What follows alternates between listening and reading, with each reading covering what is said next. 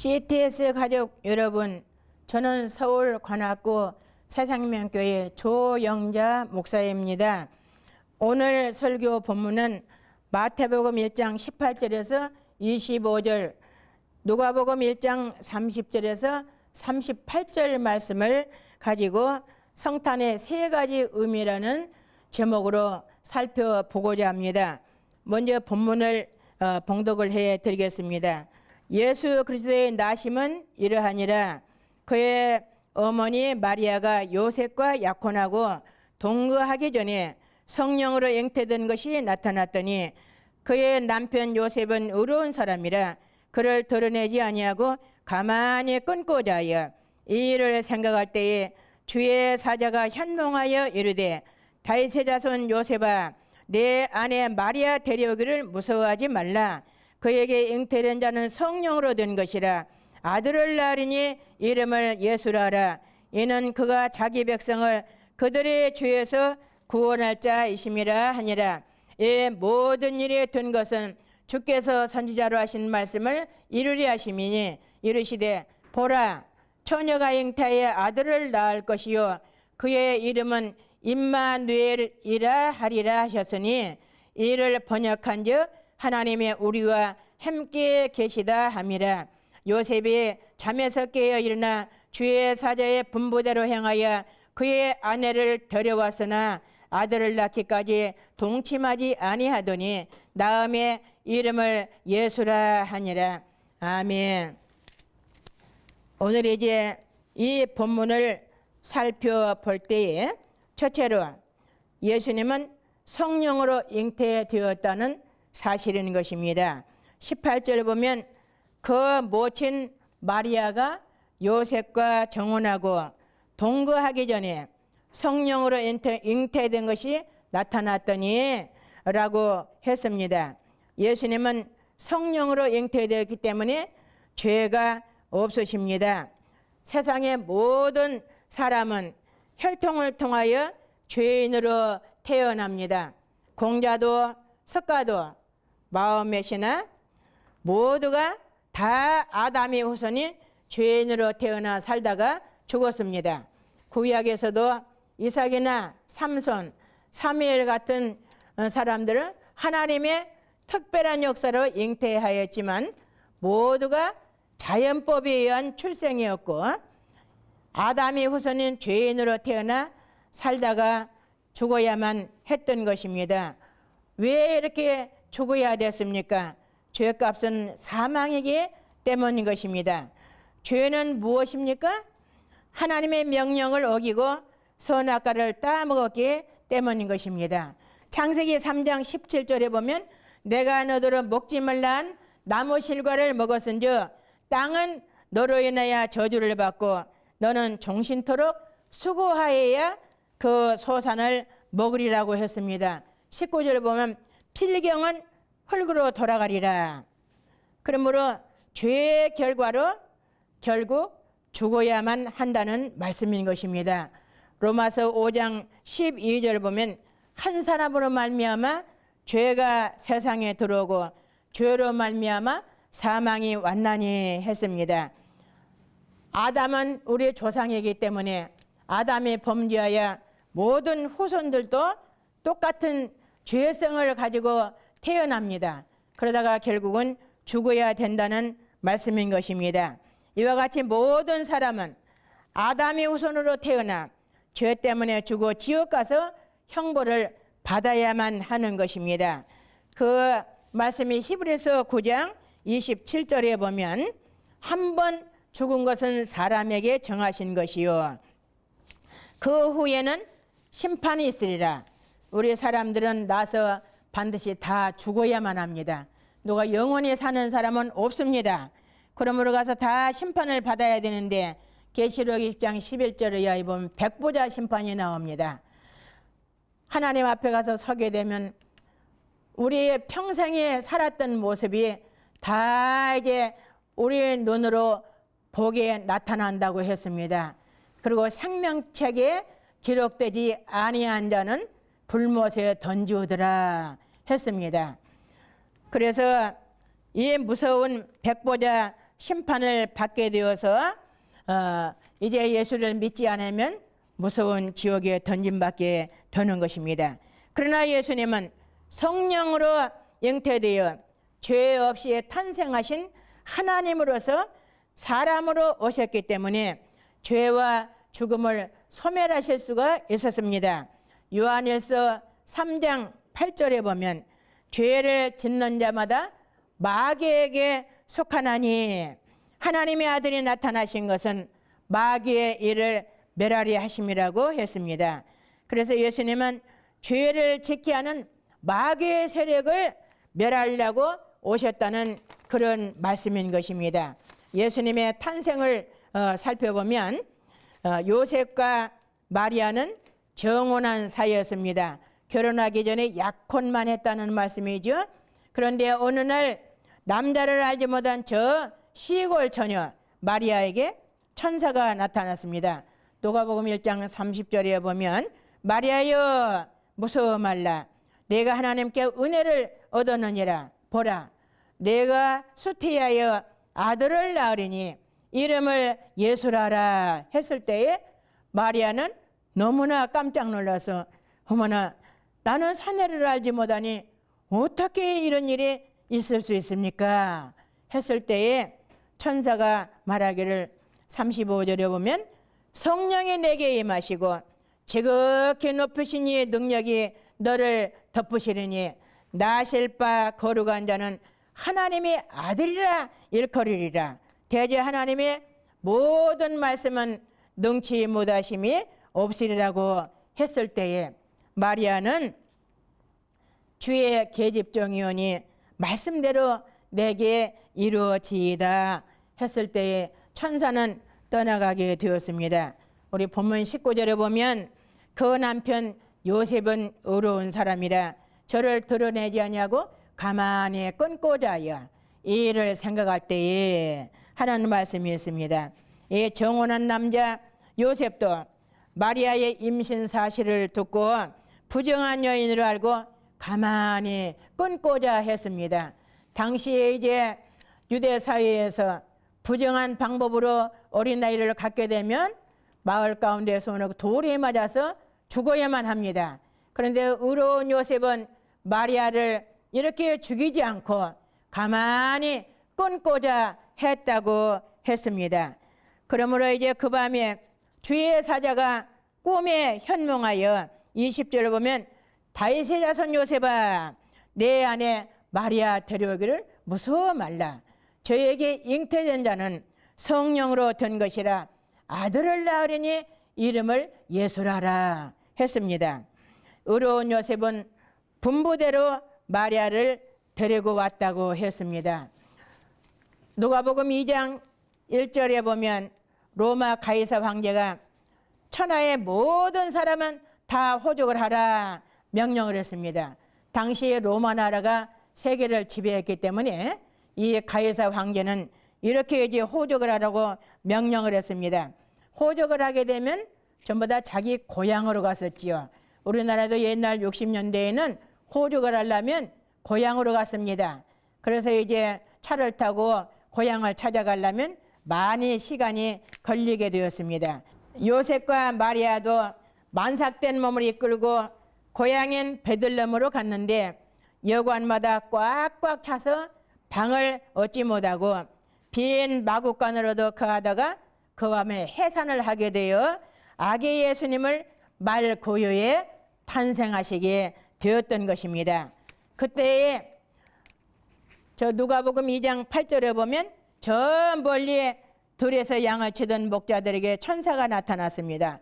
무서워 말라 보라 온 백성에게 미칠 큰 기쁨의 좋은 소식을 너에게 전하노라. 오늘날 다윗의 동네에 구주가 나셨으니 곧 그리스도 주시니라. 너에게 가서 강보에 쌓여 구유에 누인 아기를 보리니 이것이 너에게 표적이니라 했습니다.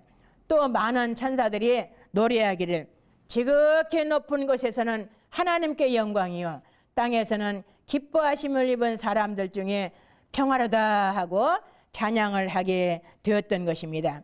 목자들은 달려가서 말 고위에 누인 아기와 모친을 경배하면서 축하를 했던 것입니다. 말 고위에 놓이심이라는 것은 구주가 되신 표적이라고 했습니다. 우리의 구주가 되신, 구원자가 되시는 표적이라 그 말씀인 것입니다. 세상의 죄인들은 좋은 집에 태어나지만은 높으신 만왕의 왕이 되신 예수 그리스도께서 우리를 구원하시려고 죄 없이 성령으로 잉태되어 말 고유에 오셨던 것입니다. 두 번째로는 예수 그리스도는 구원자로 오셨습니다. 21절 보니까 아들을 낳으리니 이름을 예수라라. 이는 그가 자기 백성을 저희 죄에서 구원할 자심이라 했습니다. 여기 예수라는 뜻은 여호와는 구원이시다 하는 뜻인데, 그러므로 예수님은 구원자로 오셨다는 말씀인 것입니다. 여기 자기 백성을 구원하러 오셨다 했는데, 자기 백성은 원래 이스라엘 백성을 뜻했지만은 신약에서는 예수를 믿어 죄 용서받고 생명 되신 예수님을 영접하여 생명이 살아있는 자가 자기 백성이요 하나님의 자녀가 되는 것입니다. 에베소 2장 1절 이하에 보면 허물과 죄로 죽었던 너희라고 이렇게 말씀을 했는데, 우리 인생이 죄로 인해서 하나님을 떠나서 관계가 끊어진 상태로 영적 생명이 죽어 있다는 그런 말씀인 것입니다. 그러므로 불신자들은 이 영적인 생명이 끊어져서 육체만 움직이고 밥만 먹고 사는 것이죠. 마치 우리가 꽃을 갖다가 이제 이렇게 꺾어다가 화병에다 꽂아 놓으면 물의 힘으로 꽃이 피어납니다. 향기도 납니다. 그리고 이제 한 일주일 정도 많이 가면 이렇게 이제 가는데, 이렇게 안 믿는 사람도 생명이 없어도 밥만 먹어도 이렇게 꽃처럼 육신이 움직인다는 그런 말씀인 것입니다. 그래서 이제 이 육신만 살다가 죽으면 지옥으로 가게 되는 것이죠. 그러나 요한복음 14장 6절에 보면 예수님께서 내가 곧 길이요 진리요 생명이라 했습니다.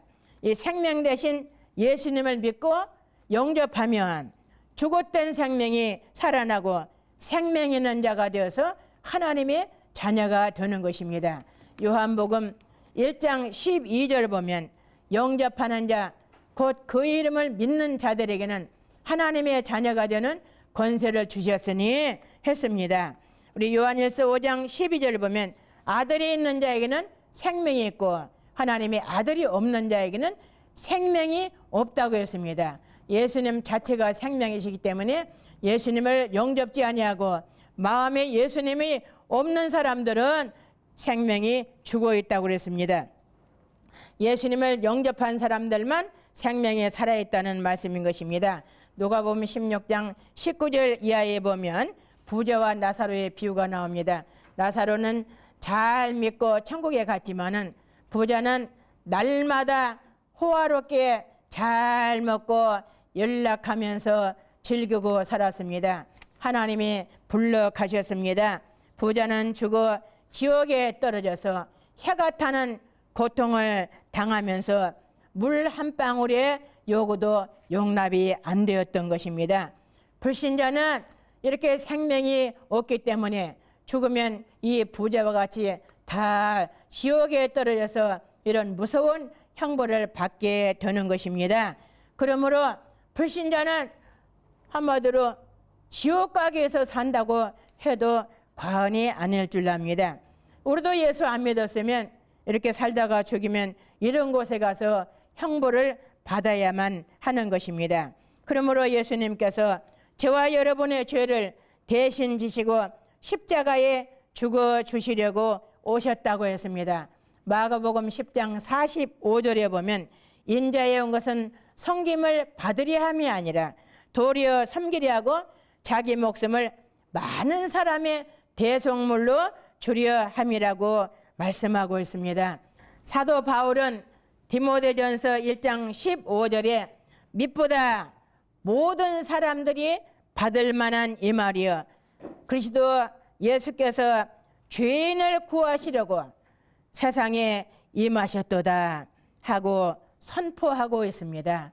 로마서 5장 8절에 보면 우리가 아직 죄인 되었을 때에 그리스도께서 우리를 위하여 죽으심으로 하나님께서 우리에게 대한 자기의 사랑을 확증하셨느니라 하고 말씀을 하고 있습니다.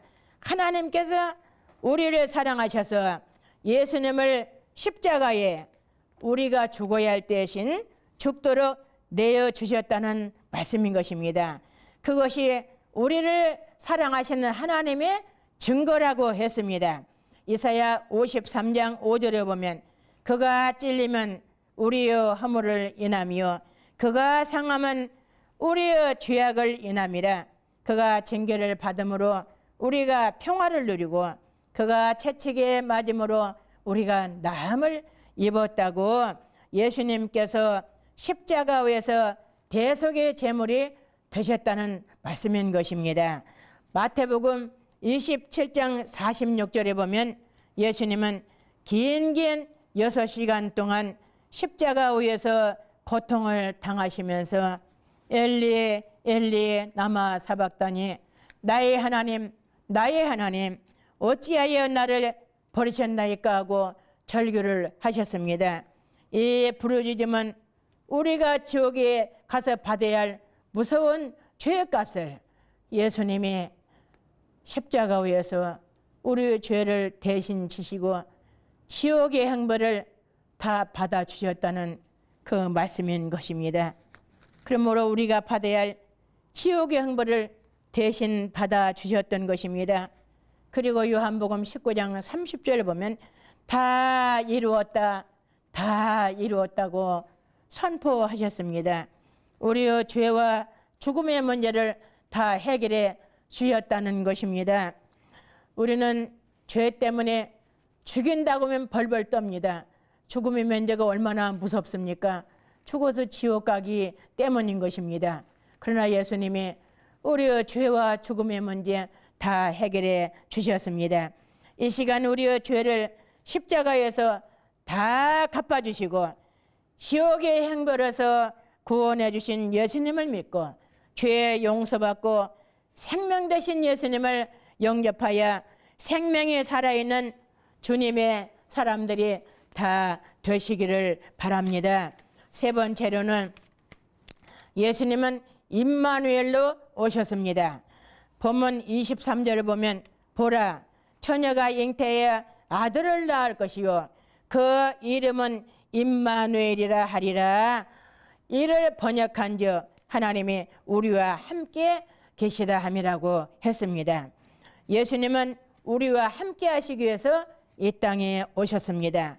인류가 범죄함으로 하나님을 떠나서 원수가 되었는데 중보자이신 예수 그리스도께서 십자가에서 화목제물이 되셨기 때문에 인류는 다시 하나님께로 돌아오게 되었고 그리스도 안에서 성령을 통하여 우리와 함께 하시게 되었던 것입니다. 에베소 2장 14절을 보면 예수님께서 이 가로막힌 담을 허시고 화평의 제물이 되셨다고 했습니다. 하나님과 우리와 원수가 되었던 담을 예수님의 십자가로 다 해결해 주셨습니다.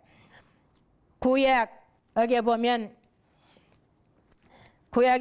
이스라엘 백성들이 출애굽하여 광야 40년간을 가나안을 향해서 가게 되었습니다. 하나님께서는 낮에는 구름 기둥으로 그들을 감싸 주시고 밤에는 광야의 촛빛 때문에 불기둥으로 그들과 함께 하시면서 보호해 주셨다는 것입니다. 이렇게 함께 하셨던 하나님이 이제는 성령을 통하여 우리 안에 임마누엘로 함께 하시기 위해서 이렇게 오셨다는 그런 말씀인 것입니다. 하나님이 함께 하시면 어떤 결과가 오게 됩니까? 창세기 39장 1절과 2절 보면 여호와께서 요셉과 함께 하심으로 형통한 자가 되어 했습니다. 또 5절에 보면 요셉을 보아 보디발의 가정에 축복하셨다 하는 말씀이 나옵니다. 그러므로 이렇게 하나님이 함께 하시면 형통한 자가 되어서 나뿐 아니라 다른 사람에게도 축복의 통로가 되어질 수가 있다는 것입니다. 요셉은 이 보디발의 가정에 축복의 통로가 되어서 형통한 삶을 살게 되었습니다. 오늘 우리는 이 은혜를 받은 자들입니다. 지금 세상 사람들은 어디서 와서 무엇을 위해 살다가 어디로 가는가를 모르고 삽니다. 저도 불교 가정에서 태어나서 우리 아버지가 불교 스님이었습니다. 이런 가정에서 태어나서 얼마나 제가 사춘기에 헤맸는지, 내가 어디서 왔지? 무엇을 위해 살다가 어디로 가지? 하면서 제가 절망 중에 헤매기도 했습니다. 5년 동안을 깊은 이제 그런 고독감을 느끼면서 헤매다가 예수님을 믿고 이제 믿었는데, 예수님을 믿는다고 해서 무슨, 응?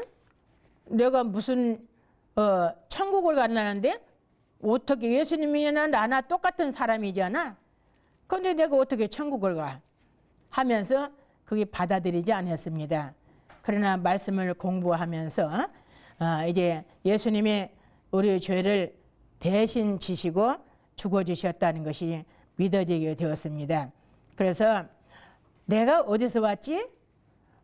아담이 후손으로서 천국에서 쫓겨난 백성이었구나. 그러면 내가 무엇을 위해 살지? 죄의 용서받고 준비하는 과정이구나. 그러면 내가 어디로 가냐? 죄의 용서받은 사람은 천국으로 가고 죄의 용서받지 못한 사람은 지옥으로 쫓겨난다는 것을 알게 되었습니다.